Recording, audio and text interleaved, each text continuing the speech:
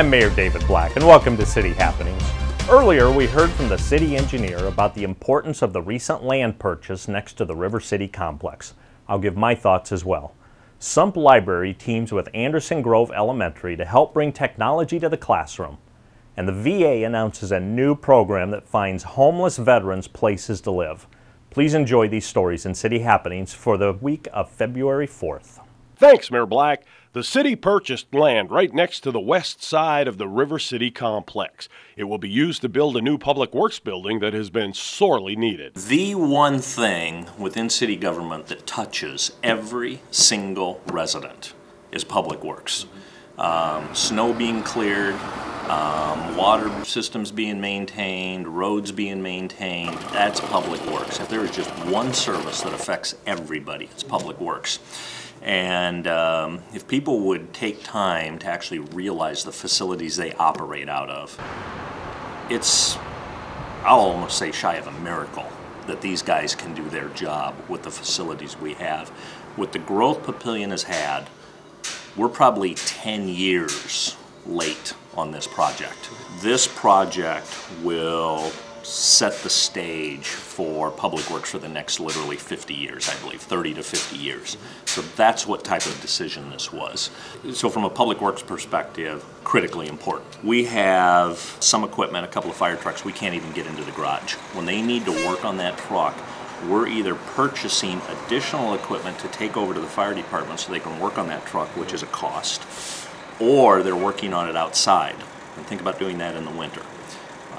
2 years ago, when we had back-to-back blizzards over Christmas time, I was over at Public Works and we had mechanics in the middle of the night in a blizzard working on equipment outside on the ground. That's not right.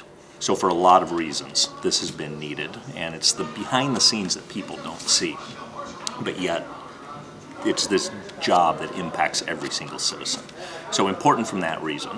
A side benefit was not part of the decision, but a side benefit is that's two buildings downtown in our historic downtown core now that can be repurposed. A small business can go in. Think of maybe, and I'm making this up, but think of a small restaurant in the old Public Works garage, a new retail shop in the administrative building. That adds a new dynamic to downtown, which we've been emphasizing as well, so critically important.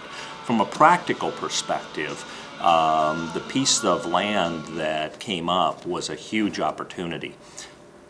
Industrial land in Papillion area, the cheapest you would find it is probably high $2 a square foot into $3 a square foot. We were able to get this for about $2.03 a square foot, so a very significant savings to the taxpayers as well with this project. So that was just a prime opportunity. Think about any profession, whoever's watching this, just think about your own profession. And then whatever that job is, imagine literally working out of a shack. How do you feel about your job every day? How do you think about the quality of job? What do you think about when your customers come to your work site? And then take that, and if you're in retail, move into a nice storefront. If you're into an office, move into a Class A office building.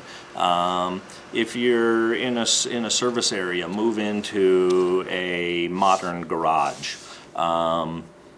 People now, not that they didn't enjoy their job before, but morale is, from a number of perspectives, has to go up. If people are happy and satisfied on their job, you think they perform a little bit better? You think retention goes down? You think retention goes up and turnover goes down? That's real bottom line costs to a taxpayer when people are satisfied on their job, when they're staying on their job. We're not retraining people. We don't have open spots.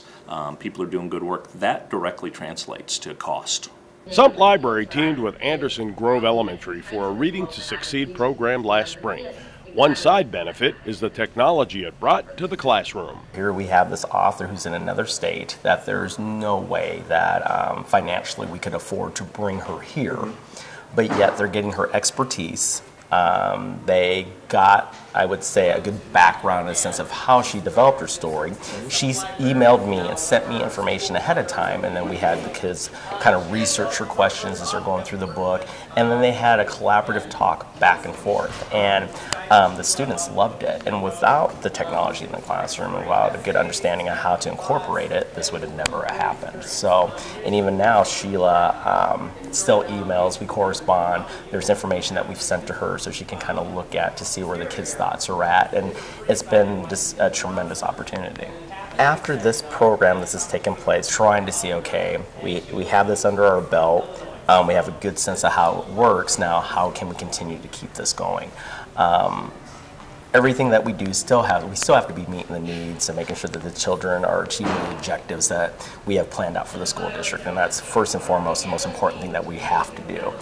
But also making sure, okay, what other things can we do to be enriching those experiences to make sure that these are experiences that the kids are totally driven, that they want to do this and they want to learn these things. And so trying to continue to figure out, okay, now that we've done it, how can we continue to do it, and how can we make sure that we continue to bring these types of opportunities.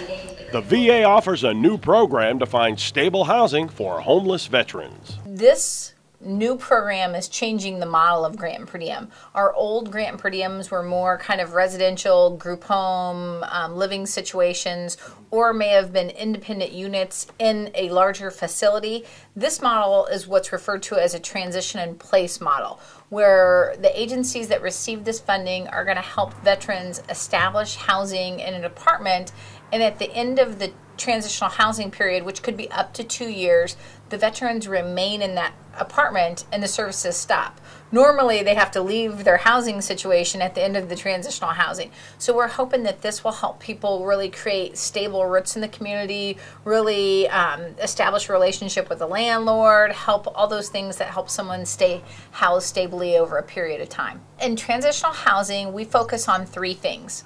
We focus on helping someone achieve housing through, restoring their income, addressing credit problems. Many veterans have child support issues. So our one of our first goals there is just helping people achieve housing through eliminating the barriers that made them homeless. The second goal that we have is helping them develop an income that will support their housing. That can mean going back to work, it could be doing education, it could also mean getting access to benefits like Social Security disability or VA disability, just that they increase their income so they're able to maintain housing once services have stopped. And then the third service goal that we have in this program is a wider goal. It's called increasing greater self-determination. It can mean developing social support, so when you get housed that, if you need a ride to the grocery store, that you have a list of people to call. It could also mean getting IDs, signing up for food stamps, a lot of other kind of wraparound services that people might need who've been experiencing a housing crisis. So when the services stop, it will be that people have achieved those 3 goals, but those 3 goals are personalized to them. And once again, even though services might stop, it's not that a veteran can't come back to us and say, we still need help. But there actually comes to a point in the people that we serve where they're like, we no longer need you, which is healthy. So that's our goal, is that we help people graduate out of the programs that they feel they no longer need our services. And a lot of veterans tell us repeatedly, we want you to go help someone else now. So it's not that we'll stop services abruptly. It's just that when someone's reached their goals, that we stop services and they remain in the housing. There are lots of ways to stay up to date with what's happening in Papillion. You can find us on Facebook, follow the City of Papillion on Twitter, or watch the YouTube channel. And of course, information about all of our departments and programs is available on our website. For more about Papillion, go to www.papillion.org or just call the Mayor's Hotline at 402-827-1111. Thanks for watching.